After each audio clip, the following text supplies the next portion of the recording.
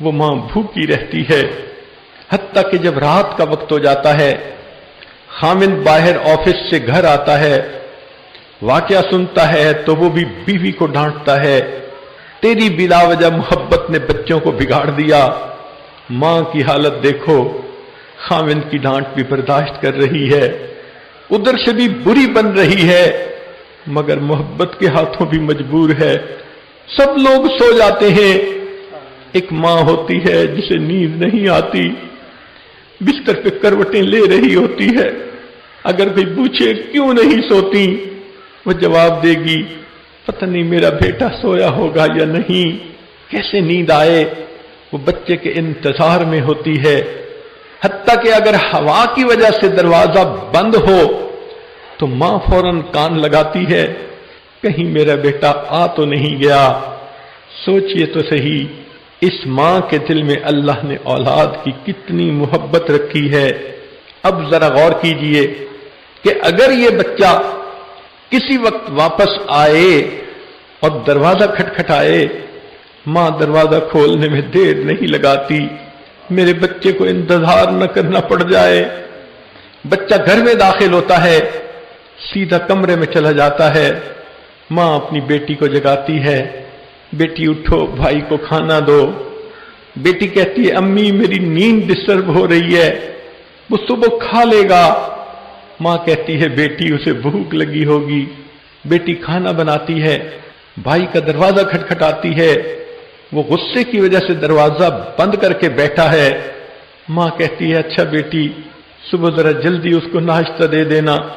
بیٹی پوچھتی ہے امی آخر کیوں آپ سے یہ چیز برداشت نہیں ہو رہی؟ وہ کہے گی میرا تو بیٹا ہے، بگڑ گیا تو میں کیا کروں، میرا دل تڑپ رہا ہے، اس کی بھوک مجھ سے نہیں دیکھی جاتی، وہ مجھ سے دور ہے، مجھ سے دوری برداشت نہیں ہوتی۔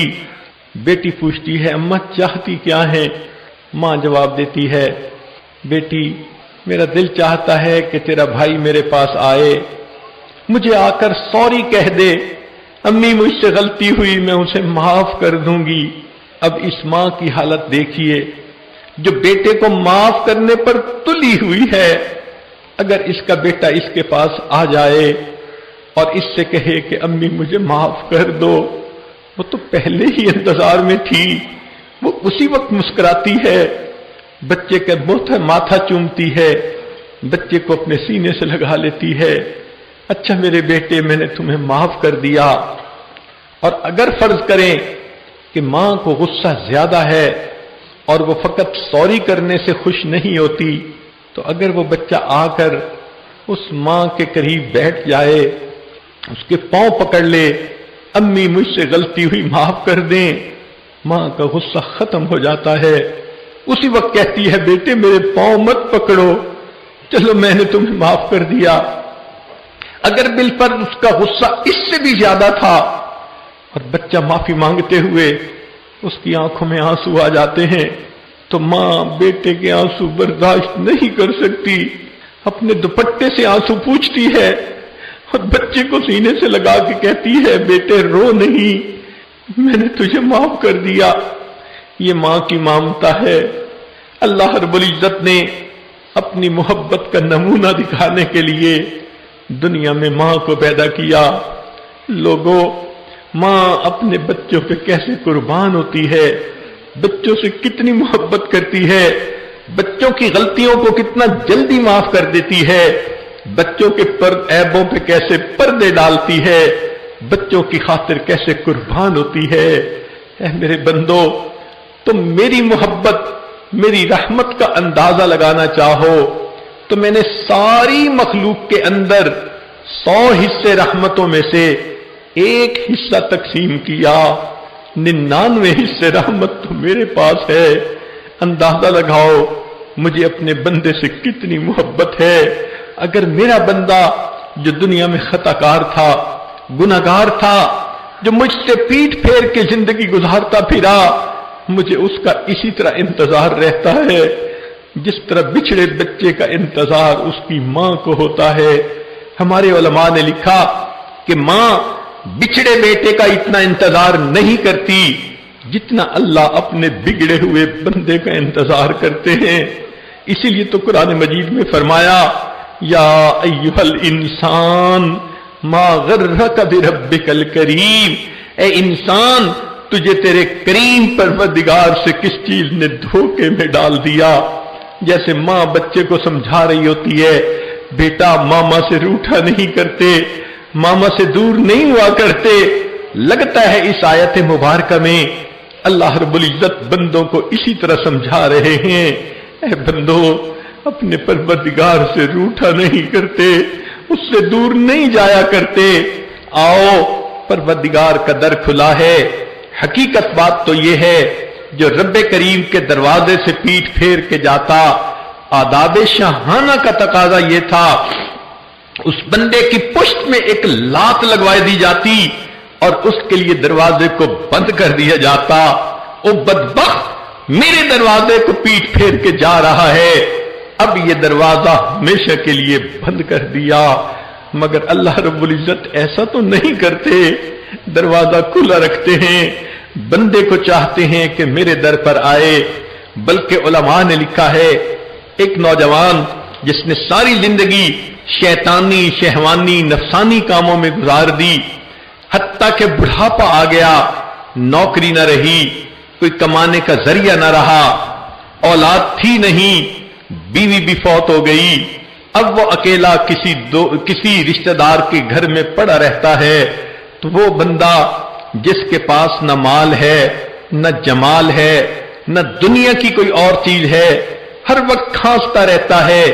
اس کو رشتہ دار بھی کہتا ہے اے بوڑھے تمہارے کھانسنے کی وجہ سے میرے بچے پریشان ہوتے ہیں، چلے جاؤ یہاں سے.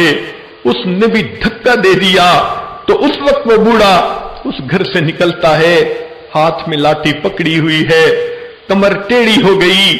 اب ہانپتا ہوا کانپتا ہوا چلتا ہوا سوچتا ہے کہاں جاؤں، کوئی در نہیں، کوئی گھر نہیں، محبت کرنے والی بیوی نہیں، اولاد نہیں، میں اکیلا ہوں، بے سہارا ہوں. اس وقت تجھے خدا کا در یاد آتا ہے کہ چلو میں اللہ کے گھر جاتا ہوں. اب یہ بندہ جب مسجد میں آتا ہے اللہ رب العزت اسے تانے نہیں دیتے. جب جوانی تھی تجھے مسجد اس وقت کیوں نہ یاد آئی؟ جب مال تھا تجھے مسجد کیوں نہ یاد آئی؟ جب حسن و جمال تھا کیوں مسجد یاد نہ آئی؟ اب تیرے پاس ہے کیا؟ جسم پہ بوٹی نہیں، پیٹ میں آنت نہیں، اب تمہیں میرے پاس آنے کا وقت آیا. اللہ تعالیٰ اس بوڑھے کو بھی کوئی تانا نہیں دیتے. جب وہ اس بڑھاپے میں اللہ رب العزت کے گھر کی طرف آتا ہے، اللہ فرماتے ہیں میرے بندے تو نے زندگی میں احساس تو کر لیا کوئی تیرا پروردگار ہے، کوئی تو تیرا ہے جسے تو اپنا کہہ سکتا ہے. اے میرے بندے ایک بالشت آئے گا، میری رحمت تیری طرف 2 بالش چلے گی. وَإِنْ أَتَانِي يَمْشِي أَتَيْتُهُ هَرْوَلًا، تو چل کے آئے گا میری رحمت تیری طرف دوڑ کے جائے گی. اس اللہ کی رحمتوں پہ قربان جائیں جو اپنے بندے کا اس حد تک انتظار فرماتے ہیں. اے کریم آقا آپ کتنا محبت کرنے والے پروردگار ہیں. چنانچہ علماء نے لکھا ہے اللہ رب العزت نے اپنی رحمت کے 1000 حصے کیے، ایک حصہ اس نے دنیا میں اتارا. اس حصے کی وجہ سے آپس میں تم محبتیں دیکھتے ہو. 999 حصے رحمت قیامت کے دن ایمان والوں کے لیے ظاہر ہوگی. اب اگر ماں کو کہا جائے تیرے بچے کو تکلیف دیتے ہیں تو ماں کبھی گوارا نہیں کر سکتی. مشہور واقعہ ہے کہ ایک مرتبہ نبی علیہ الصلوۃ والسلام کو اطلاع ملی کہ علقمہ رضی اللہ عنہ نوجوان ہیں، روح قبض نہیں ہو رہی. نبی علیہ السلام بلال اور صہیب کو ساتھ لے کر ان کے پاس آئے. پتہ چلا کسی وجہ سے ماں ناراض ہے. نبی علیہ السلام نے اس کی والدہ کو کہا آپ بچے سے راضی ہو جائیں. وہ کہنے لگی میں ہرگز نہیں ہوں گی، میرا دل بہت خفا ہے. جب ماں نے انکار کر دیا نبی علیہ السلام نے اپنے صحابہ سے کہا کہ جاؤ لکڑیاں کاٹ کے لاؤ. چنانچہ وہ گئے، لکڑیاں لے کر آئے، ڈھیر لگ گیا.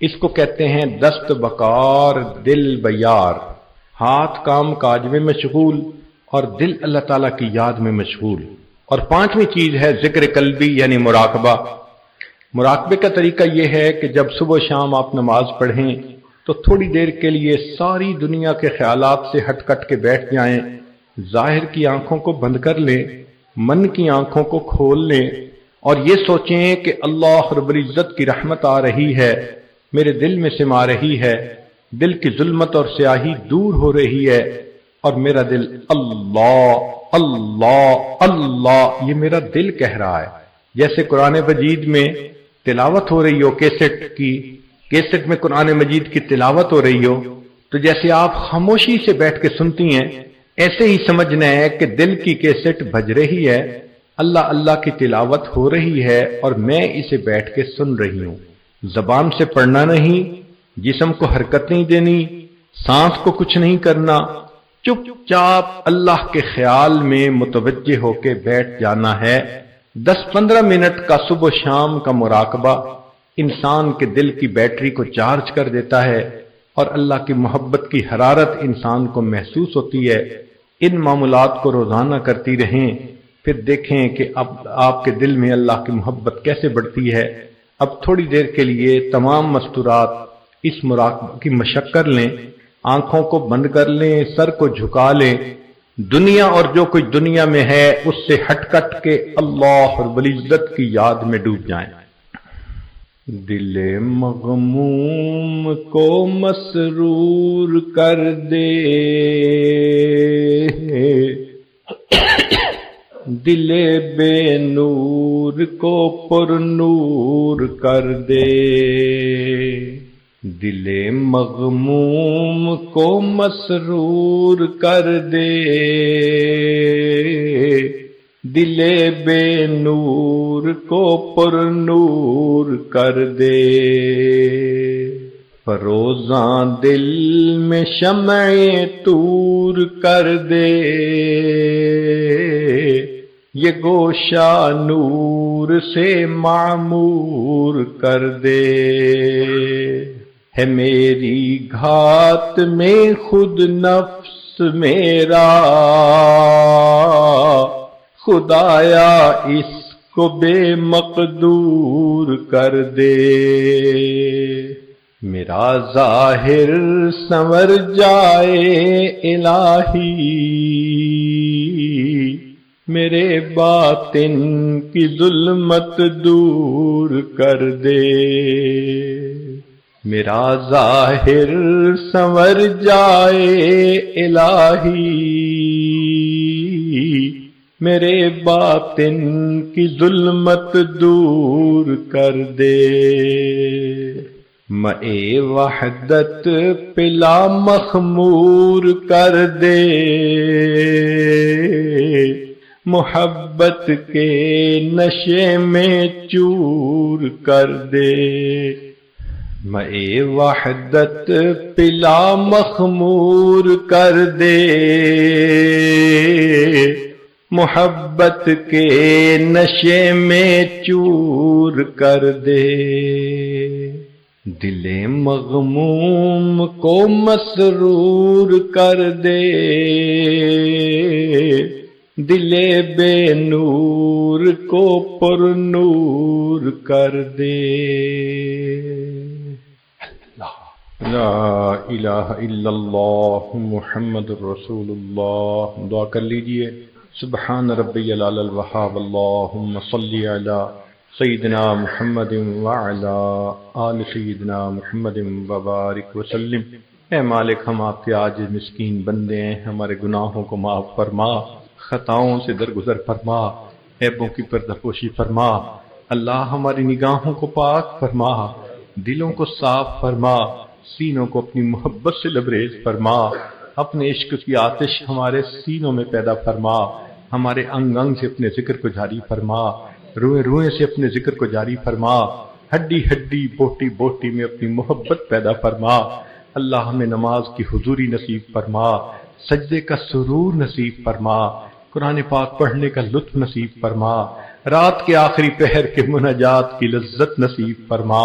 ایمان حقیقی کی حلاوت نصیب فرما۔ اللہ جو گناہ ہم نے دن میں کیے معاف فرما، راتوں میں کیے معاف فرما، محفل میں کیے معاف فرما، تنہائیوں میں کیے معاف فرما، ارادے سے جو گناہ کیے وہ بھی معاف فرما، بنا ارادے کے ہوئے وہ بھی معاف فرما۔ اللہ جو گناہ یاد ہیں وہ بھی معاف فرما، جو کر کے بھول گئے وہ گناہ بھی معاف فرما۔ اللہ ہمیں معصیت کی ذلت سے محفوظ فرما اور ہمیں طاعات کی عزت نصیب فرما۔